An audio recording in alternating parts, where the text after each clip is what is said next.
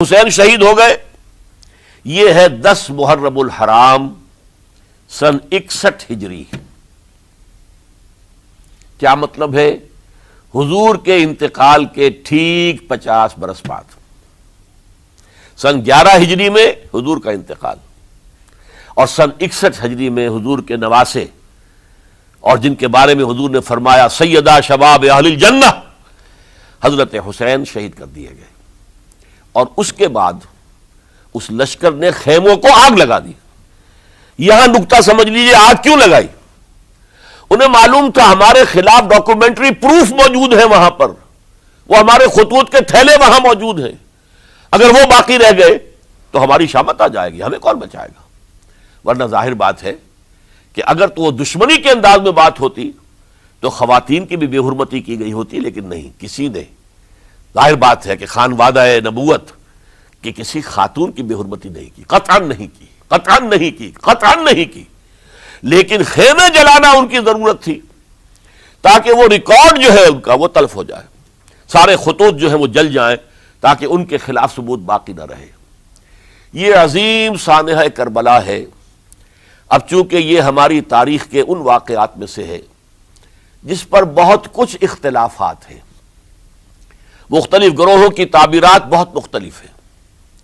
ایک طرف اہل تشیع کا اپنا بیان ہے، دوسری طرف اہل سنت کا ایک اجماعی بیان ہے، تیسری طرف کچھ ایسے لوگ پیدا ہو گئے ہیں جو حضرت حسین رضی اللہ تعالیٰ عنہ پر الزام لگا رہے ہیں اہل سنت میں سے کہ وہ تو حکومت کے طالب تھے، اقتدار کے خواہش مند تھے، واجب القتل تھے. معاذ اللہ ثم معاذ اللہ ثم معاذ اللہ.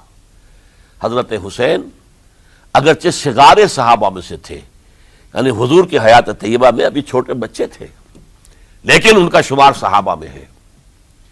اور پھر یہ وہ شخص ہے جو حضور کی گود میں کھیلا ہے، یہ وہ ہے جو حضور کے شانوں کے اوپر جس نے سواری کی ہے. علامہ اقبال نے جیسے حضرت اسماعیل کے لیے کہا ہے کہ وہ فیضان نظر تھا یا کہ مکتب کی کرامت تھی، سکھائے کس نے اسماعیل کو آداب فرزندی. ظاہر بات ہے حضرت اسماعیل کسی اسکول اور مدرسے دارالعلوم میں پڑھے نہیں تھے کہ وہاں پتہ چلتا کہ والد کا حق کیا ہے. یہ فیضان نصر تھا. ابراہیم کی نگاہ کا یہ فیضان تھا کہ بیٹے کے اندر وہ جذبہ پیدا ہوا کہ یا ابت افعل ما تؤمر، ابا جان جو خواب آپ دیکھ رہے ہیں اور جو حکم آپ کو اس خواب کے ذریعے مل رہا آپ کر گزریے، ستجدنی انشاءاللہ من الصابرین. تو اسماعیل کا معاملہ اگر یہ تھا فیضان نظر سے، تو حضرت اسماعیل تو حضرت ابراہیم کے پاس زیادہ رہے بھی نہیں، وہ تو مکے میں رہے. حضرت عثمان جو حضرت ابراہیم تو شام میں رہتے تھے، کبھی کبھی آ جاتے تھے، بس اس سے زیادہ معاملہ نہیں تھا. وہ فیضان نظر حضرت اسماعیل کو تھا، تو حضور صلی اللہ علیہ وسلم کا فیضان نظر کتنا ہوگا اس کا آپ اندازہ کیجئے. یہ کوئی جنگ اقتدار نہیں تھی، معاذ اللہ ثم معاذ اللہ ثم معاذ اللہ، بلکہ انہوں نے اپنا ایک فرض منصبی سمجھا ہے کہ میرے نانا کا لایا ہوا نظام اور اس کے اصول اب ٹوٹ رہے ہیں. جیسے حضرت ابوبکر کا قول میں نے آج بھی آپ کو سنایا، ایبدل الدین وانا حی، کیا دین میں ترمیم اور تنسیخ کی جائے گی، دین کی باتوں کو بدل دیا جائے گا جبکہ میں ابھی زندہ ہوں. اسی طریقے سے گویا کہ زبان حال سے حضرت حسین اور عبداللہ ابن زبیر رضی اللہ تعالی عنہم ان دونوں نے یہ فیصلہ کیا کہ ہم روکیں گے اس کو.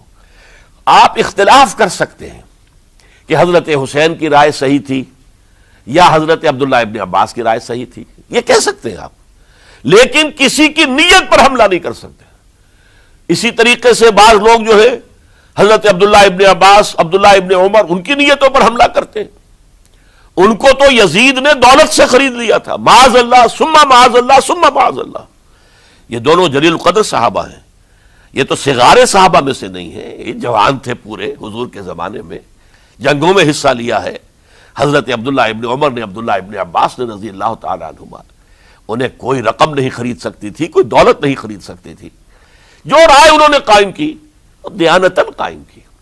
اور ہمارے ہاں اصول یہ ہے کہ جب کوئی نئی صورتحال پیدا ہو جائے اور اجتہاد کی ضرورت پیش آ جائے اور پوری کوشش کر کے مجتہد اجتہاد کر رہا ہے، تو اگر اسے غلطی بھی ہو جائے، مجتہد مختی خطا کار اس کو بھی اکیرا ثواب ملتا ہے، اور مجتہد مصیب وہ مجتہد کے جس کی رائے صحیح، جس کا فیصلہ صحیح، اسے دوہرا ثواب ملتا ہے۔ تو ان کے مابین ایک اختلاف رائے کا ہوا، اجتہاد کا ہوا۔ آیا یہ غلطی اتنی بڑی ہے کہ امت میں تفرقہ پیدا کیا جائے، امن و امان کو برباد کیا جائے، خوریزی کا بازار گرم کیا جائے، یا نہیں؟ دو کی رائے یہ ہوئی، ان کی مخلصانہ رائے تھی، ان کی دیانت دارانہ رائے تھی، ہم ان کی نیت پر حملہ نہیں کر سکتے، آپ اختلاف کرنا چاہیں تو کیجئے۔ اسی طرح حضرت عبداللہ ابن زبیر اور حضرت حسین ابن علی رضی اللہ تعالی عنہ، ظاہر بات ہے کہ ان کا بھی ایک اجتہادی رائے تھی کہ نہیں، یہ دین کے نظام کے اندر بہت بڑا رکھنا پڑ رہا ہے، یہ تو اب قیصر و کسریٰ کی سنت شروع ہو رہی ہے، یہ اسلام کے دین کے اوپر طریقہ نہیں، عمل نہیں ہو رہا ہے، تو ہم اسے اپنی جانوں کا نذرانہ دے کر بھی اسے روکیں گے، روکنے کی کوشش کریں گے، رکے نہ رکے ہم اپنی جانیں دے دیں گے۔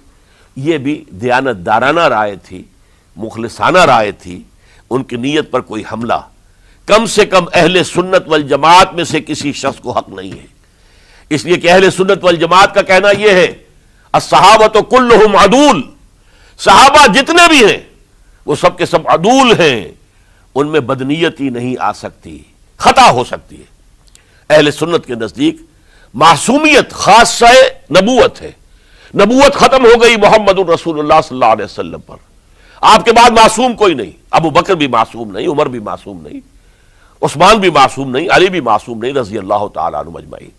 تو معصوم کون ہوگا؟ عبداللہ ابن عباس بھی معصوم نہیں، عبداللہ ابن زبیر بھی جو ہے معصوم نہیں، حسین ابن علی بھی معصوم نہیں، اسی طریقے سے عبداللہ ابن عمر، عبداللہ ابن زبیر، کوئی معصوم نہیں۔ انہوں نے اپنی رائے قائم کی ہے، اس پر عمل کیا ہے دیانت دارانہ سنسیریٹی کے ساتھ، اور ان کے لیے اللہ تعالیٰ کے ہاں ہر طرح کا اجر و ثواب ہے، سب کے لیے۔ حضرت عبداللہ ابن زبیر کی رائے اس اعتبار سے بہتر ثابت ہوئی، انہوں نے مکے میں پھر حکومت قائم کی، 9 برس تک ان کی حکومت قائم رہی، بنو امیہ ختم نہیں کر سکے اسے۔ سن 73 میں جا کر ان کی شہادت ہوئی ہے، اور ایک مرحلہ تو وہ بھی آیا تھا کہ شام اور مصر کی دونوں صوبے جو ہیں وہ بھی ان کے تحت آ گئے تھے۔ تو واقعہ یہ ہے کہ اگرچہ حضور نے ہمیں منع کیا ہے کہ کبھی یہ نہ کہا کرو کہ ایسا ہوتا تو ایسا ہو جاتا، نہیں، جو ہوا اللہ کی مرضی سے ہوا، اللہ کے اذن سے ہوا۔ حدیث کے الفاظ ہیں ان کلمۃ اللہ تفتح عمل الشیطان، یہ جو لو کاش یہ ہو جاتا، کاش یوں ہو جاتا تو بڑے اچھے نتیجے نکلتے، یہاں سے شیطان کا عمل شروع ہو جاتا ہے۔ ورنہ واقعہ یہ ہے کہ دل سے یہ بات نکلتی ہے، اگر حضرت حسین اور عبداللہ ابن زبیر یکجا ہو جاتے اور مکے کو اپنا مرکز بنا کر جو عظیم مقصد انہوں نے اپنے سامنے رکھا تھا کہ یہ جو روایت غلط آ رہی ہے اسلام کے دینی سیاسی نظام کے اندر، اس کو ہم روکیں گے، تو اللہ تعالیٰ انہیں کامیابی عطا فرما دیتا۔ لیکن یہ پھر ہم کہیں گے ما شاء اللہ کان وما لم یشاء لم یکن، جو اللہ نے چاہا وہ ہوا، اور جو اللہ نے نہیں چاہا وہ نہیں ہوا۔